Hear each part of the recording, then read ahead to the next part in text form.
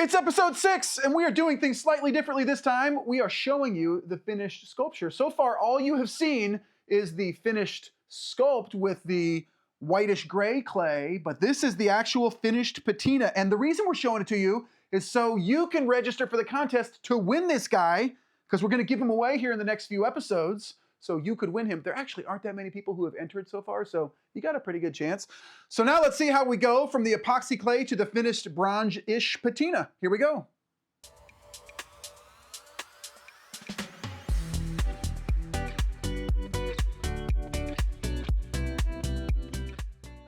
Okay, so we are going to patina this guy.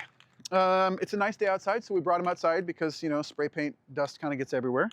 We're going to do a multi-step process, the goal of which will leave the lion looking like he is an antique bronze sculpture. That's the goal. I've always been a bronze sculptor, and that just feels like the most valuable finish to me. And so when I started making sculptures that were not bronze, I wanted them to look like they were bronze. And it's a nice way to get a sculpture into the world much more quickly, because if this guy was bronze and we finished him right now, let's just say this guy was bronze and we're getting ready to make the mold. Well, then the mold would take us 2 weeks to a month, and then we would send the mold to the foundry for 3 months, and we wouldn't see this guy for 4 months. So because of this new technique, we basically have a bronze sculpture, you know, by the end of tomorrow. A bronze sculpture develops its patina first at the foundry when the chemical is applied, but then over time, being in its environment and reacting with the chemicals in its environment and the atmosphere, its patina changes and it deepens and it richens. It gets more rich. And any old thing in your life bears the marks of its lifespan, right? And so basically what we're doing now is we're gonna try to build up a whole bunch of different textures and colors on this surface so that it has that age instantaneously. So I'm just gonna start hitting this with spray paint. Shake, shake, shake. And so this flat black, the reason I start with flat black, because when you're doing a patina like this, you need to layer from the bottom up. This is gonna basically give us our darkest shadows. So everything after this will be a little bit lighter, a little bit lighter, a little bit lighter.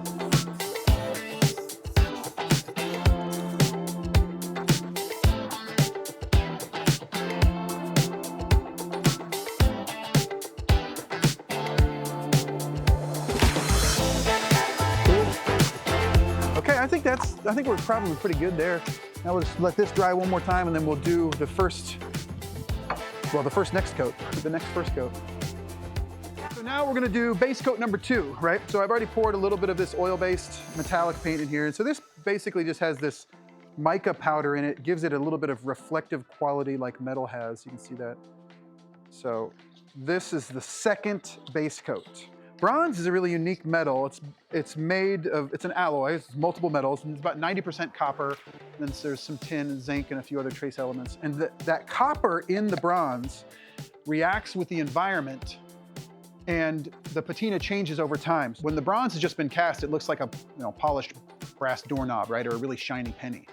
And then the patina is a chemical process, multiple step chemical process that adds richness to the color of the sculpture, but it also protects the sculpture, right? Because oxidization on metals is actually a protectant. Copper is interesting in that the chemicals in the environment react in a certain way to keep that patina moving, and over time it makes it very rich. So when you look at a rich surface, like if you look at a leather couch and you think, wow, that's a beautiful leather couch, the reason is because that leather has reacted with the environment. People have sat on it, worn it in certain ways, and it makes it a very beautiful, like full color and like finish. And so now we just have to replicate that full finish over 100 years in 2 days. And that's one of the things I really love about this process I'm doing right now, is that I know that a skilled patineur, a person who was skilled at applying patinas, if they walked up to the watchman, they would not know until they were really, really, really close that it wasn't bronze.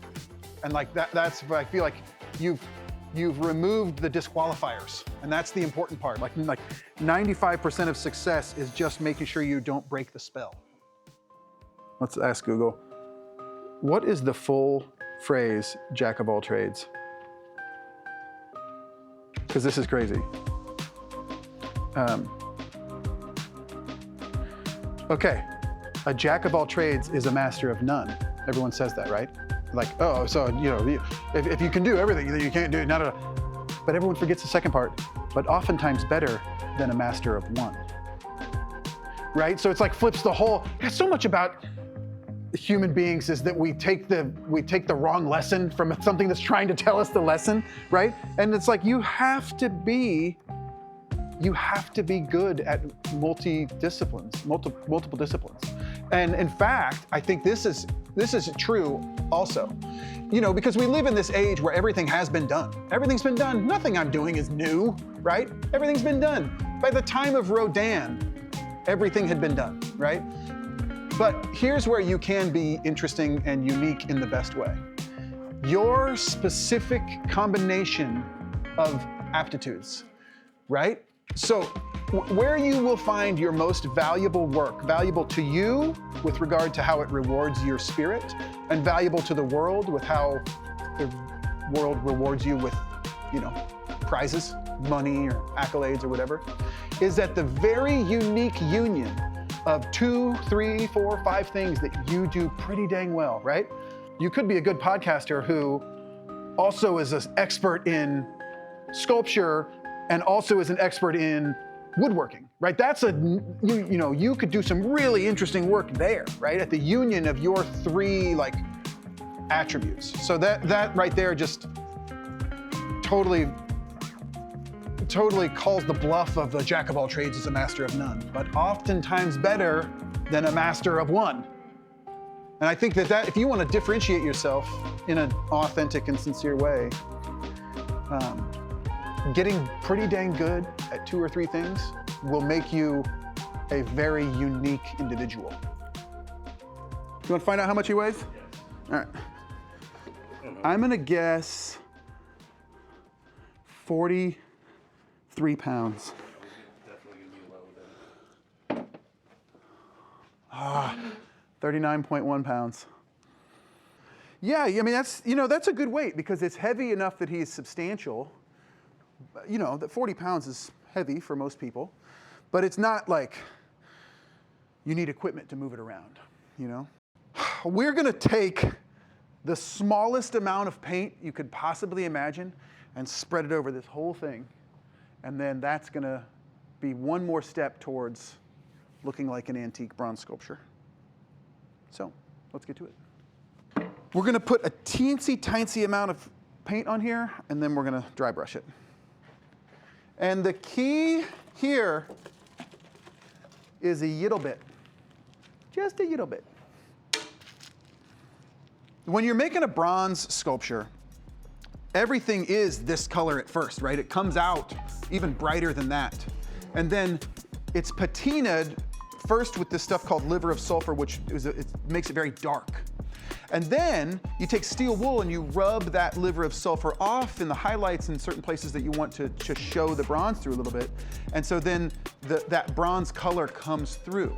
We have to do the reverse of that process here, right? Because the bottom layer is dark here.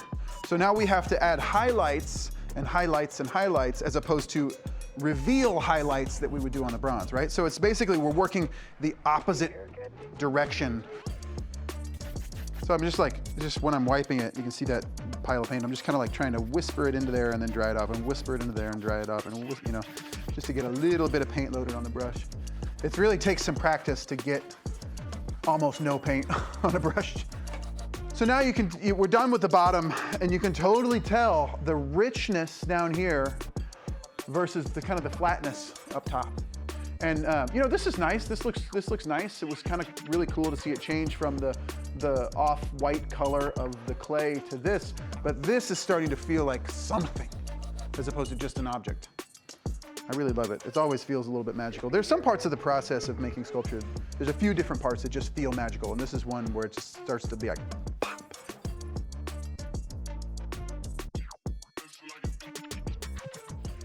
There's something that almost all old bronze sculptures have in common, and that is green.